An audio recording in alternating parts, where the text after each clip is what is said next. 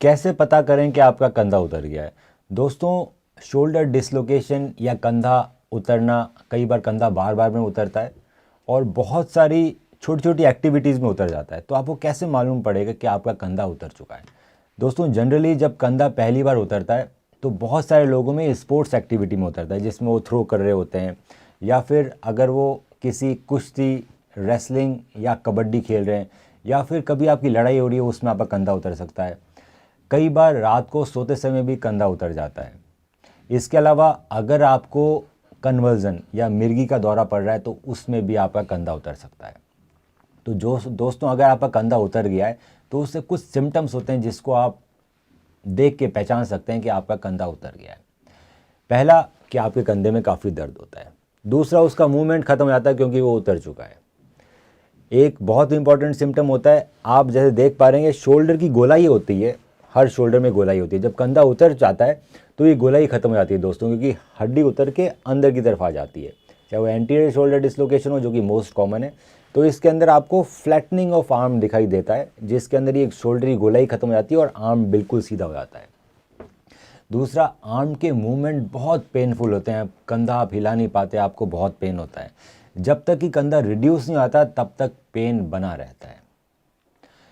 इसका रिडक्शन कई बार पेशेंट अपने आप भी कर लेते हैं। जिनका कंधा बार बार में उतरता है वो जान जाते हैं कि इसको अपने आप कैसे रिड्यूस करना है, तो वो अपना आप भी रिड्यूस कर लेते हैं। कई बार डिसलोकेशन पहली बार होता है या बहुत सीवियर होता है तो आपको हॉस्पिटल में जाना पड़ता है और डॉक्टर आपका फिज़िकल एग्जामिनेशन करके, हो सकता है वो एक्सरे आपका करवाए, उसमें अगर उनको लगता है कि वो कंधा उतर गया है तो वो उसको रिड्यूस कर लेते हैं।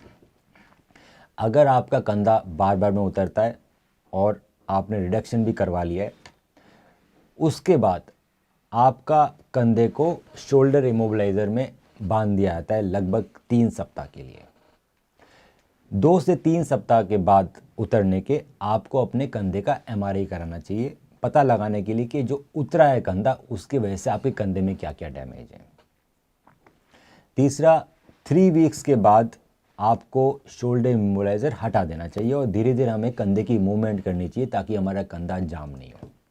तो दोस्तों, अगर आप ये चीज़ें फॉलो करोगे, आप जल्दी एमआरआई कराएंगे। हमारी जब कंधा उतरा है उसके 10 से 15 दिन के बाद आप एमआरआई कराइए और 3 वीक्स के बाद शोल्डर इमोबिलाइज़र हटा के अपने शोल्डर को मोबिलाइज़ कीजिए ताकि वो कंधा जाम नहीं हुआ। ये इनिशियल ट्रीटमेंट रहता है शोल्डर डिसलोकेशन का। इसके बाद भी अगर आप परेशान हैं शोल्डर डिसलोकेशन से, या आपके एमआरआई में बैंकार्ट लीजन, हिल-सैक्स लीजन, इस तरह के वर्ड्स हैं, इसका मतलब आपको रिकरेंट शोल्डर डिसलोकेशन होने के चांसेस हैं या रिकरेंट शोल्डर डिसलोकेशन होता है।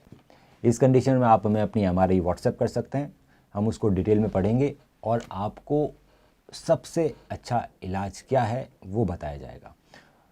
बहुत सारे सिचुएशन में बिना ऑपरेशन के भी कंधा डिसलोकेशन ठीक किया जाता है।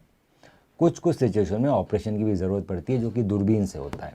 दोस्तों, अगर आपको हमारे वीडियोस पसंद आते हैं तो ज़रूर चैनल को सब्सक्राइब कीजिए और वीडियो को लाइक कीजिए। हम रखें आपका ख्याल।